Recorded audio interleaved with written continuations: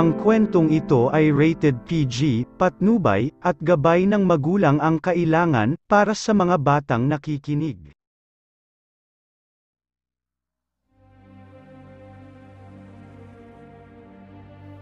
Bago ko umpisahan ang kwentong ito, ay papasalamatan ko muna ang gumawa ng akdang ito. Walang iba kundi si CY Soldic. Maraming salamat sa iyo, bro, sa pagbahagi ng iyong kwento. At heto na po ang part 2 ng kwento ng Matmagandi, ang unang albularyo ng K-pop.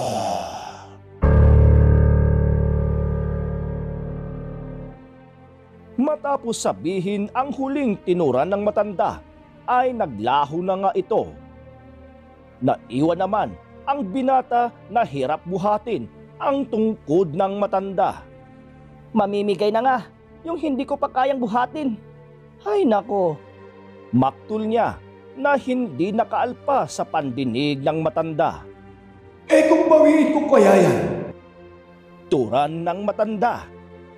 Nagpalingalinga ang binata na inakalang nasa paligid lang ito. Ha? Kayo naman, lolo. Di na kayo mabiro eh. Sambit ng binata.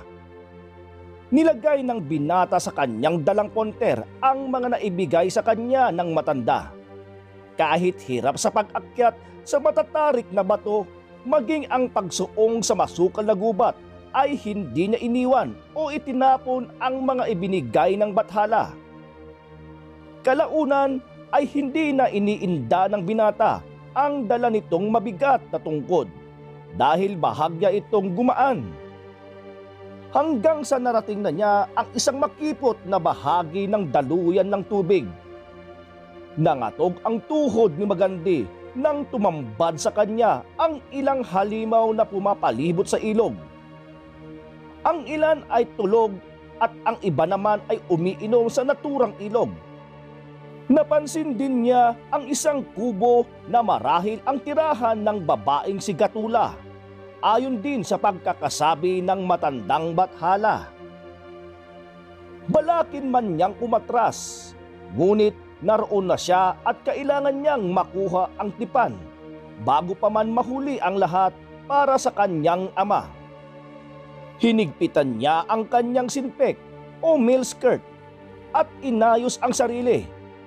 Bumuntong hininga muna siya at humugot ng lakas na loob para sumuong sa panganib. Kaya mo yan, Magandi. Magtiwala ka lang sa iyong sarili. Wika nito sa kanyang sarili. Lakad pusa ang ginagawa nito kahit na nagmimistulas siyang nagsisingkil sa mga buntot at paa ng mga halimaw na natutulog. Kalapit nito kasi ang isang tahanang yari sa bulok na kahoy na nilulukuban ng mga damo. Talagang iisipin mo na hindi gagawa ng kabutihan ang taong nakatira roon. Tila nahuhugutan ng hininga ang binata sa tuwing masasagi niya ang paa o kaya ng buntot ng halimaw. Butas ng karayom ang kanyang dinaanan bago siya makapasok sa loob. Hindi na siya nagpabaya ng oras at dinilaan niyang hinanap ang tipan. Buti na lang at nakabuklat ito malapit sa kawali. Hindi na siya nag-atubili at dinala niya ang naturang tipan. Nang makalabas na ay naantala siya dahil bumungad sa kanya ang mga halimaw na umuusok ang ilong dahil sa galit at pananabik sa pagkaing nasa harap nila. Nasusukol naman na ang binata sa gilid ng pinto.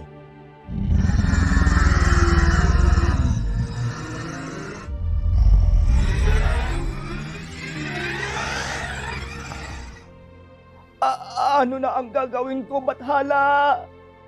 Gamitin mo ang tungkod bata. Saad ng matanda sa tinig lamang. Nanginginig man ay buong lakas niyang iwinasiwas ang tungkod sa halimaw. Bahala na dyan! Yeah!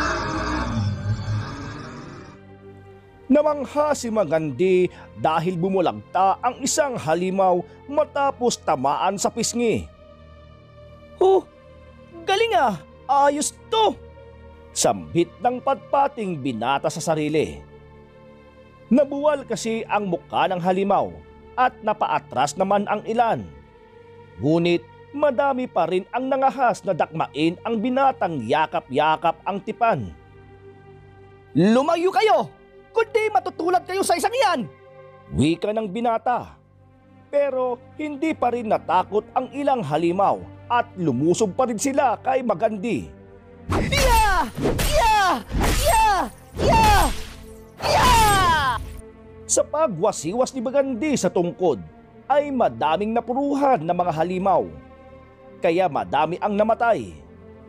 Ang iba naman ay natakot at hindi na siya sinundan ng mga yon, kaya matagumpay siyang nakapuslit. Habang papalayo ay natanaw niya ang isang matandang babae na nakaitim ang suot na lumulutang sa ere. Nang gagalaiti ito sa galit. Tila asong takot na takot ang mga halimaw, kaya nakapangalumbaba sila sa matandang babaeng nagsasabong ang kilay. Bukod kasi sa maraming namatay sa mga kampo nito, ay nawawala rin ang mahalagang pag-aari niya, ang tipan ng karunungan. Buset! Sino ang nangahas na kumuha ng pag-aari ko? Sumagot kayo! Kung hindi, mapapasama kayo sa mga bangkay na narito! Bulalas ng matandang babae. Ngunit bago pa man makasagot ang mga halimaw, ay napansin nito ang isang punyal na inuker o curve. At tanging maharlika lang ang nagmamay-ari nito. Karandang!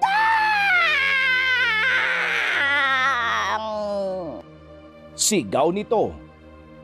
Samantala, nagmamadaling umuwi ang binatang kadapi. Sa tarangkahan pa lang ng balangay ay nanlulumo na siya. Dahil tumambad sa kanya ang mga labi ng kawal, maging ng mga sibilyan, na kung hindi man napatay ng halimaw, ay ang lasong sa hangin ang kumitil dito. Halos lipa rin niya ang daanan patungong Torogan. Humahangos man ay naiiyak ito dahil sa mga taong nadadaanan niya. Kung hindi patay ay malala naman ang kalagayan. Patawad! Patawad po! Tanging nasambit nito habang tumatakbo. Nanghina siya nang makitang sa labas pa lang ng Torogan ay nakahandusay ang kapatid nito. Anong nagawa ko? Pakiusap! Gumising kayo! Kakauruban! Gumising ka!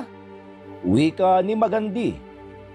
Inaalog nito ang lalaking nakahandusay sa paanan ng pinto, katabi ng kanyang sandata. Nabuhayan siya ng loob nang mapansin may buhay pa ang kapatid. Kaka! O kuya! Bulalas ni Magandi habang niyayakap ang kapatid. Magandi, kapatid ko. Nandito ka na. Huwag ka munang magsalita, kapatid ko, at gagamutin kita. Teka, ano bang uunahin ko? Ano to? Tama, yung tipan. Oo, yung tipan. Naroon ang paraan para magamot kita. Tarantaman ay nagawa pa rin niyang sundan ang nakasaad sa tipan para magamot ang kapatid. Teka, ano nga ba? Ito. Nilalaman. Halaman ng buhay. Nakakapagpagaling ng anumang karamdaman. Pigain sa bibig ng taong iinom nito. Pagkabasa niya, naalala niya ang halaman na kinuha niya sa talon ng gater. Kapareho kasi ito ng halamang nasa larawan ng tipan. Piniga niya ang naturang halaman sa bibig ng kapatid. Kalaunan ay naibsan naman ang pakiramdam ng panganay na kadapi. Pinasandal niya ang kapatid sa pinto at dali ang tinakbo ang silid ng ama upang isunod na gamutin. Sana gumana to, mahal na bathala. Tawag ng kanyang isip habang pinipiga sa ama ang katas ng halaman. Nang mapansing nilunok ng ama ang katas ng halaman, ay naibsan ang kanyang pag-aalala. Nang magamot ang mahal na sultan, ay tumakbo siya palabas ng silid upang ang mga tao naman ang kanyang isalba.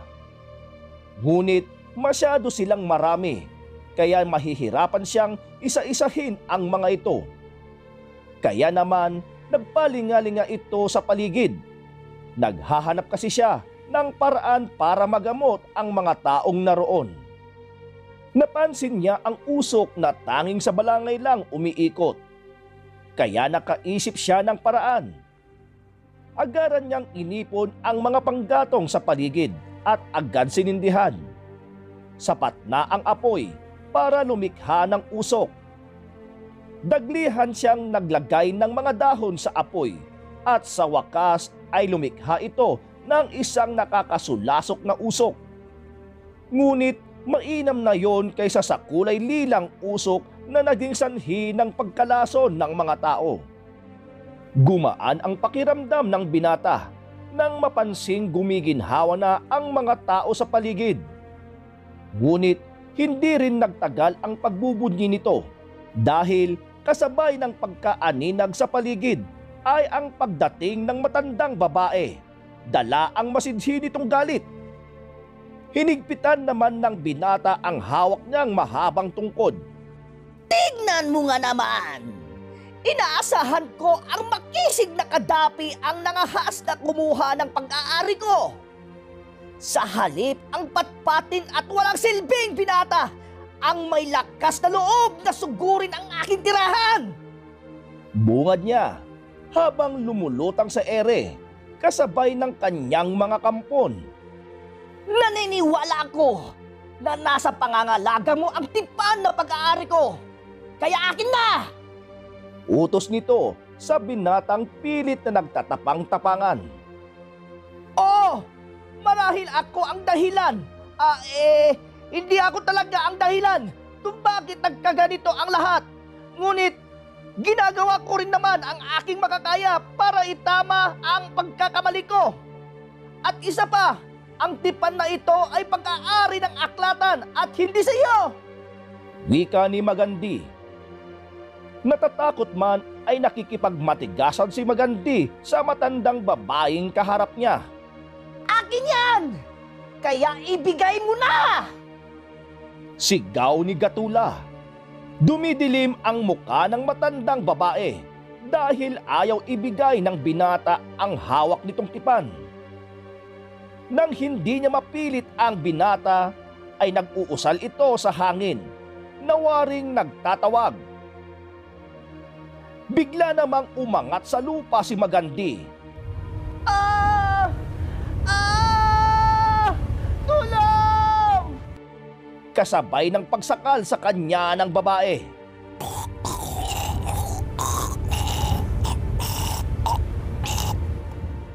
Mamamatay ka kapag hindi mo pa yan ibigay sa akin! Turan ni Gatula. Ngunit mahigpit ang pagkakahawak ng binata rito. Nakalaunan ay nabitawan niya rin maging ang kanyang tungkod. Nang malaglag ang pake ni Gatula, ay binitawan niya rin sa wakas ang binata at napapaubo ito dahil sa matinding pagsakal sa kanya.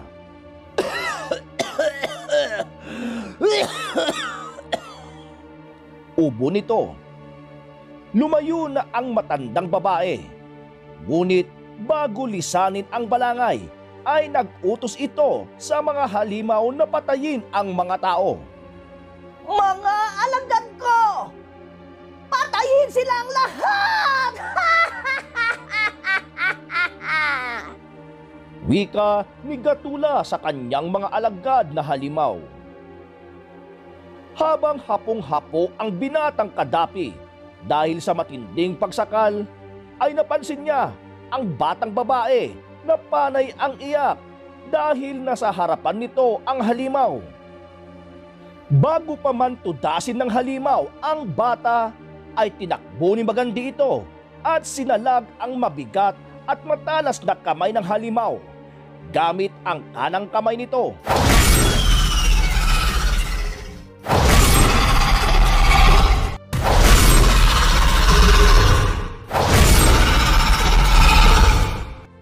Hindi siya nasaktan dahil sa suot nitong pulseras na ibinigay ng bathala sa kanya. Ilang ulit sinubukan ng halimaw na ihampas ang kamay nito sa lalaking yakap ang bata. Ngunit walang nangyayari. Maging ang binatang kadapi ay namamangha sa nasasaksihan sa sarili. Nakuha naman ng naturang pangyayari ang atensyon ng matandang babaeng papalayo na sana. Dala ang bata ay tinungo ng binatang kadapi ang tungkod na nalaglag kanina lamang. Dinampot niya ito at agarang inihampas sa halimaw na sumusunod sa kanila.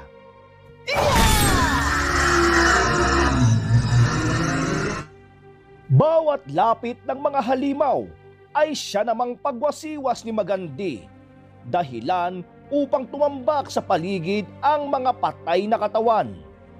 Hindi yun nagustuhan ni Gatula. Pasok ka sa loob at huwag kang lalabas ha. Dali!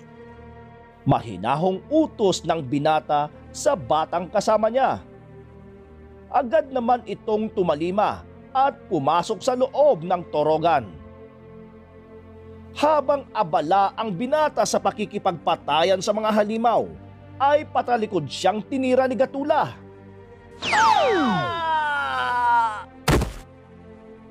Dahilan upang tumilapon siya ng husto at dooy malubha siyang nasaktan. Yan ang nararapat sa iyo. Walang kakayahan ang sinumang maharlikang pamilya na lumikha ng isang kapangyarihan. Liban na lang kung makipagkasundo ka sa demonyo. Nakakapagtaka, bakit nagtataglay ka ng kakayahan na ni minsan ay hindi ko nasaksihan sa ama at kapatid mo, maging sa iyong mga ninuno? Anang matandang babae, habang lumalapit sa binatang nakahandusay na pilit tumatayo. Nang makatayo ay sinubukan niyang hampasin ang babae gamit ang tungkod. Ngunit hindi niya yon natuloy dahil muli siyang tumilapon. Aba, lumalaban ka pa ha? Ito sa iyo!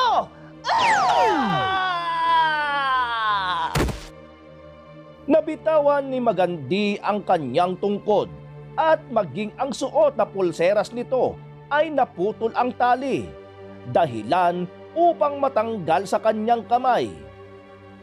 Muli siyang susugurin ng matandang babae, ngunit naantala yon dahil binato ni Uruman ang matandang babae gamit ang bangkaw o spear.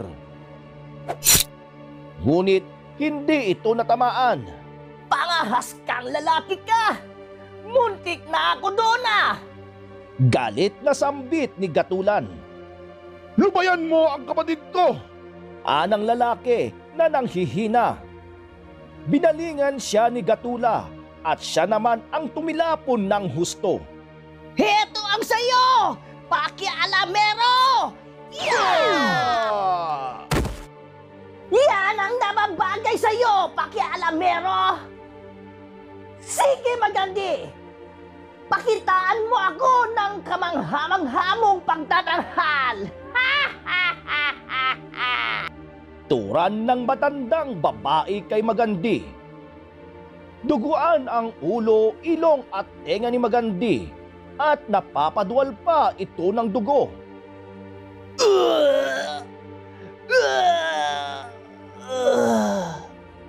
Nanlalabo na rin ang paningin ni Magandi. Ngunit naaaninag pa niya si Gatula na nasa harap niya, maging ang mga tao na pilit lumalayo sa mga halimaw. Bathala, patulong naman po. Mahina niyang saad. Bahagyang lumayo ang babae dahil mayroon itong napansin sa paanan ng barikada ng balangay. Pipikit na sana si Magandi nang maramdaman niya ang isang haplos na kamay. Anak ko, huwag kang pipikit. Pakiusap. Wika ng Haring Sultan. Kilala ni Magandi kung kanino ang naturang boses na yon, ang kanyang ama. Tinatanggal ng mahal na sultan ang putik sa mukha ni Magandi na humahalo sa dugo ng binatang kadapi. Buhay pa pala ang mahal na sultan! Tumatawang bungad ng matandang babae sa mahal na sultan. Pakiusap. Lubayan mo na kami. Malawak ang lupain na to. Kung gusto mong magtayo ng sarili mong balangay, hindi kita pipigilan. Hayaan mo lang ang mga anak ko at ang mga tao rito. Pakiusap ng sultan sa matandang babae na si Gatula. Lubayan? Bakit? Nilubayan niyo ba ang asawa ko nung mga araw na buhay pa siya? Namatay siya dahil sa pagsugod ninyo sa kanya habang siya ay nagbubungkal ng lupa. Namatay ang aking ina dahil sa matinding paghihinagpis. Sabihin mo, wala ba akong karapatang ipaghiganti sila? Kayo na nauupo sa silyang gawa sa ginto, hindi nyo alam ang paghihirap naming mga taong nasa laylayan. Buong galit niyang bulalas at sinakal ni Gatula ang sultan dahil sa tindi ng galit nito. Gatula! Nawawalan na ng hininga ang sultan dahil sa pagsakal ni Gatula. Kailan naging tama ang hatol ng kamatayan sa taong nagkasala? Sabihin mo! Sabihin mo, karandang! Sigaw nito habang sinasakal niya ang nanghihinang sultan. Nakasilip naman ang batang babae sa gilid ng pinto.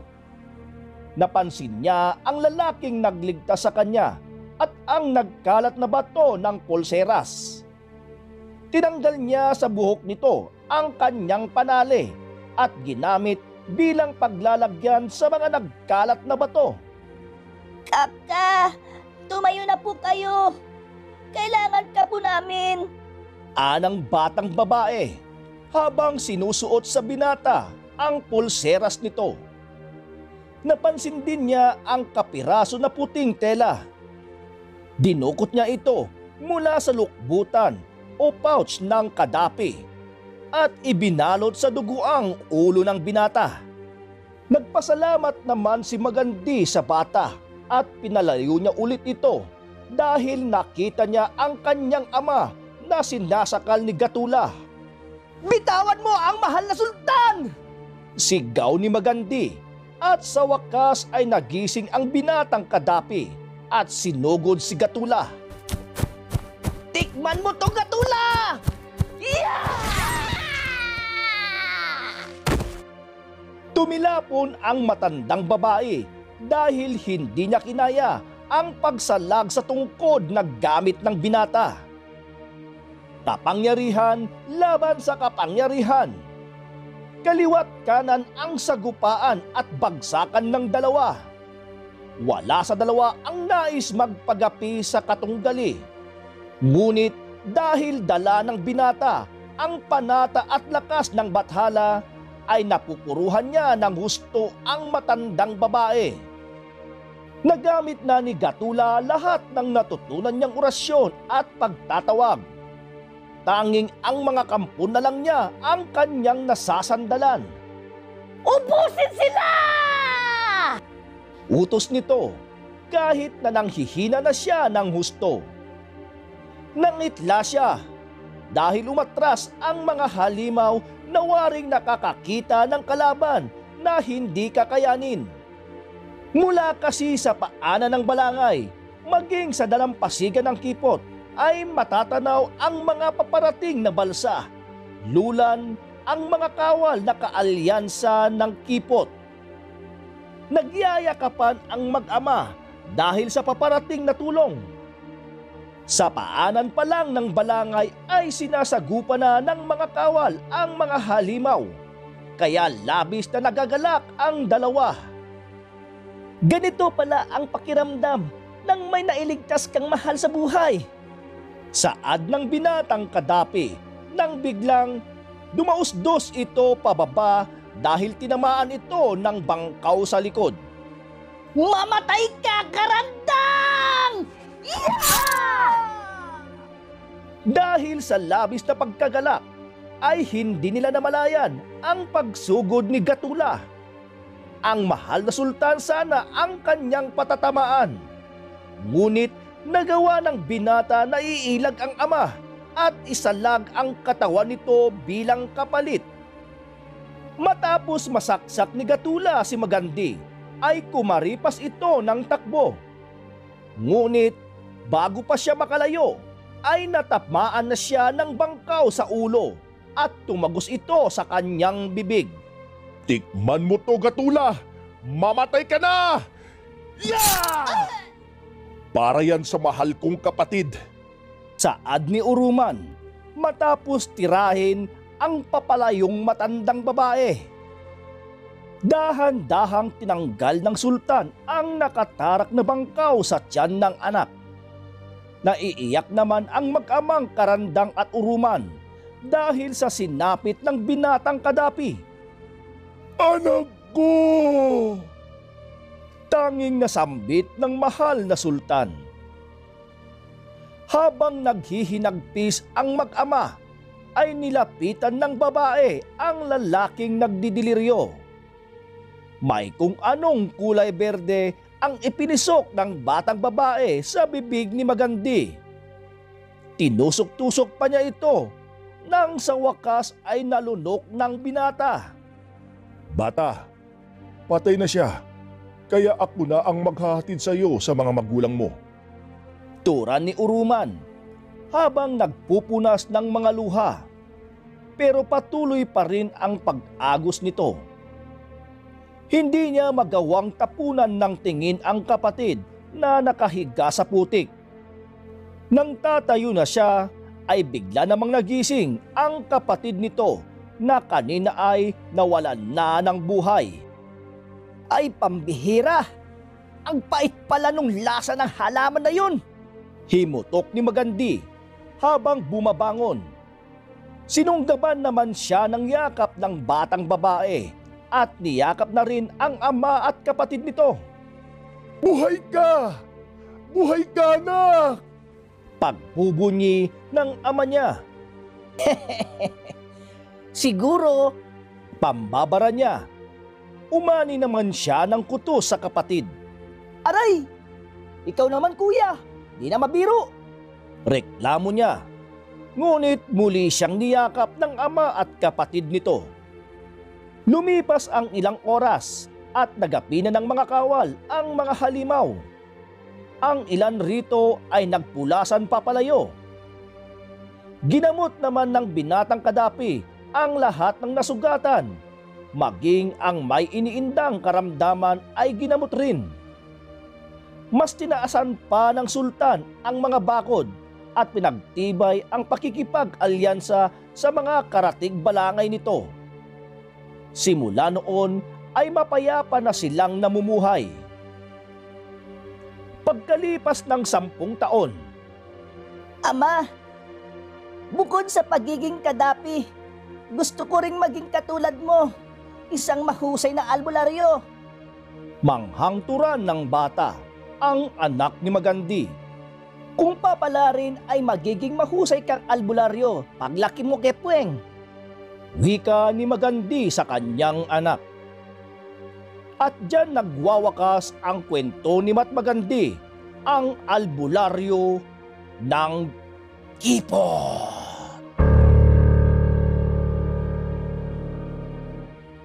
Sana ay nagustuhan nyo ang kwentong ginawa ni CY Soldic. At nagpapasalamat ako sa iyo bro dahil sa pagbahagi ng iyong kwento sa aking channel. At papasalamatan ko rin ang aking mga members. Walang iba kundi si Uminous Cookie at kay Milagrosa Look. Maraming salamat sa inyong dalawa sa walang sawang pagsuporta sa aking channel.